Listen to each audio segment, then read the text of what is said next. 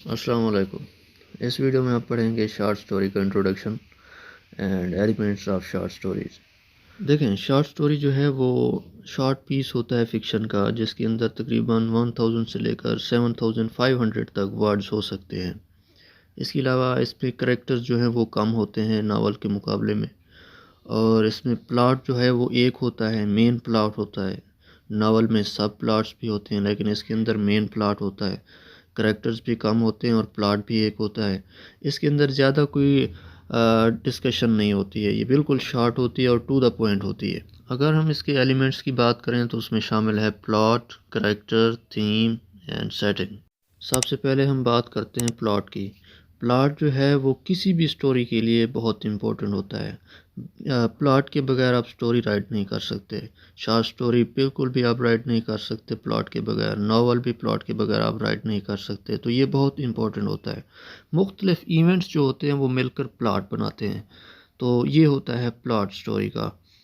इसके अंदर इंट्रोडक्शन होता है जिसमें पहले बताया जाता है करेक्टर्स का, बिल्कुल एक प्रॉपर स्टार्ट होता है।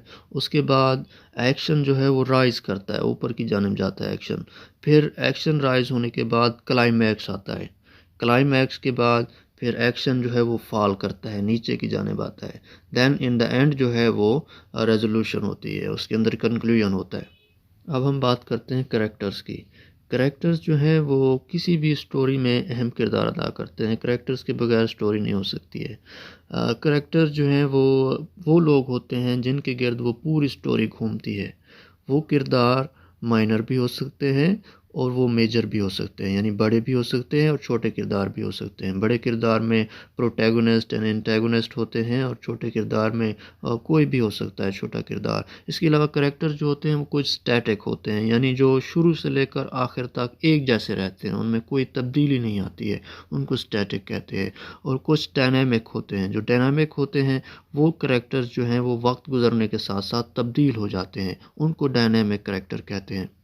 अब हम बात करते हैं थीम की।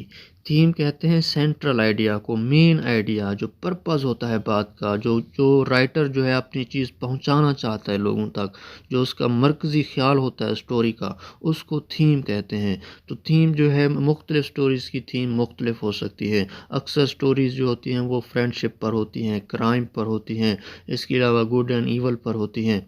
अब हम बात करते हैं सेटिंग की। सेटिंग में शामिल होता है टाइम एंड लोकेशन।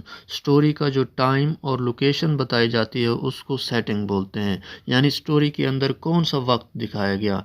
अगर स्टोरी के अंदर फॉर एग्ज़ाम्पल 1992 का वक्त दिखाया गया या उससे पहले का दिखाया गया, 1950 का वक्त दिखाया गया, तो ये सेटिंग में शामिल होता है। इसके अलावा लोकेशन, फॉर एग्ज़ाम्पल कोई स्टोरी जो है कहाँ पर टेक प्लेस करती है, कहाँ पर होती है। फॉर एग्ज़ाम्पल अगर वो जंगल में होती है तो वो इसकी सेटिंग में शामिल होगा। अगर वो विलेज में होती है तो वो भी इसकी सेटिंग में शामिल होगा। अगर सिटी में होती है तो वो भी इसकी सेटिंग में शामिल होगा।